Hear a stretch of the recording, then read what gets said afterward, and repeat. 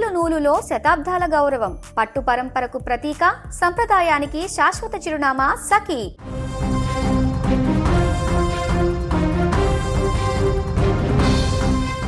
మరోసారి ప్రపంచ యుద్ధానికి పునాది పడబోతుందా? గల్ఫ్ దేశాలు నిప్పుల గుండంగా మారబోతున్నాయా? అవుననే అంటున్నాయి తాజా పరిస్థితులు. గల్ఫ్ రీజియన్లో ఉద్రిక్తతలు ఒక్కసారిగా క్లైమాక్స్ చేరాయి. కువైట్ అంతర్జాతీయ విమానాశ్రయంపై ఇరాన్ జరిపిన డ్రోన్స్ క్షిపణుల దాడితో గల్ఫ్ మొత్తం ఒక్కసారిగా ఉలిక్కిపడింది. ఈ ఘోర దాడిలో ఒక అమాయక భారతీయ పౌరుడు ప్రాణాలు కోల్పోగా మరో 63 మంది తీవ్రంగా గాయపడ్డారు.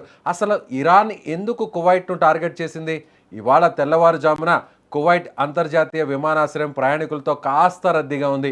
అంతలోనే ఆకాశం వైపు నుంచి మృత్యువులా దూసుకొచ్చాయి ఇరాన్ డ్రోన్లు, శక్తివంతమైన క్షిపణులు. ఊహించని విధంగా విమానాశ్రయంలోని టెర్మినల్ 1 లక్ష్యంగా ఇరాన్ ఈ దాడులకు తెగబడింది.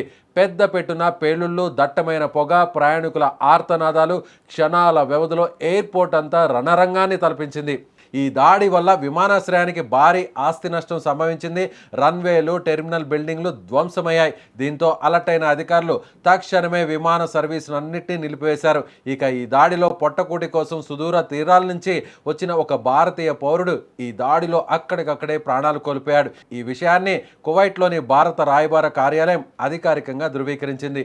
మృతుడి కుటుంబానికి అన్ని విధాలా అండగా ఉంటామని, కువైట్ అధికారులతో నిరంతరం సమన్వయం చేసుకుంటున్నామని పేర్కొంది. మరోవైపు గాయపడిన 63 మంది పరిస్థితి అత్యంత దయనీయంగా ఉంది. బాంబుల దాటికి కొందరికి తలకు తీవ్ర గాయాలు కాగా మరికొందరి కాళ్ళు, చేతులు తెగిపడ్డాయి. దాదాపు 25 అంబులెన్సులు సంఘటనా స్థలానికి చేరుకొని గాయపడిన వారిని హాస్పిటల్కు తరలించారంటే అర్థం చేసుకోవచ్చు అక్కడ పరిస్థితి ఎలా ఉందో.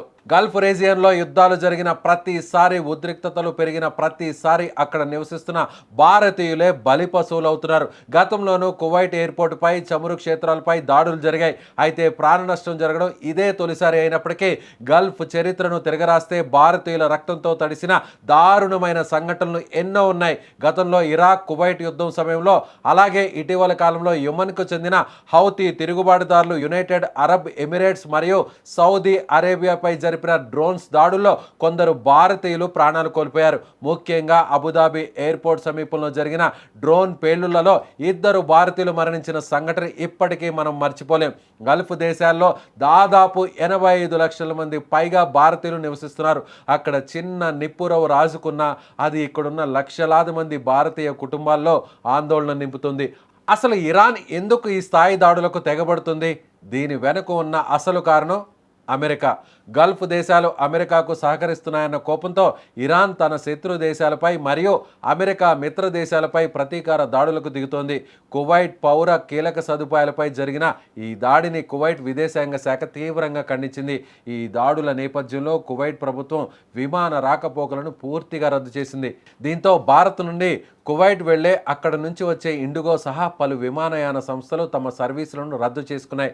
ప్రయాణికులు ఎవరూ ఎయిర్పోర్టుకు రావద్దని సూచనలు జారీ చేశాయి. మరోవైపు ఈ దాడిని కువైట్ విదేశాంగ శాఖ తీవ్రంగా ఖండించింది. అమెరికాకు సహకరిస్తున్నాయన్న కారణంతో గల్ఫ్ దేశాలపై ఇరాన్ ఇటీవల ప్రతీకార దాడులకు పాల్పడుతోంది. ఇందులో భాగంగానే ఈ దాడి జరిగింది. గతంలోనూ కువైట్ విమానాశ్రయంపై దాడులు జరిగినా ప్రాణ నష్టం జరగడం ఇదే తొలిసారి. ఇక మరిన్ని దాడులు జరగవచ్చనే నేపథ్యంలో కువైట్ అధికారులు ఇప్పుడు అలర్ట్ అయ్యారు.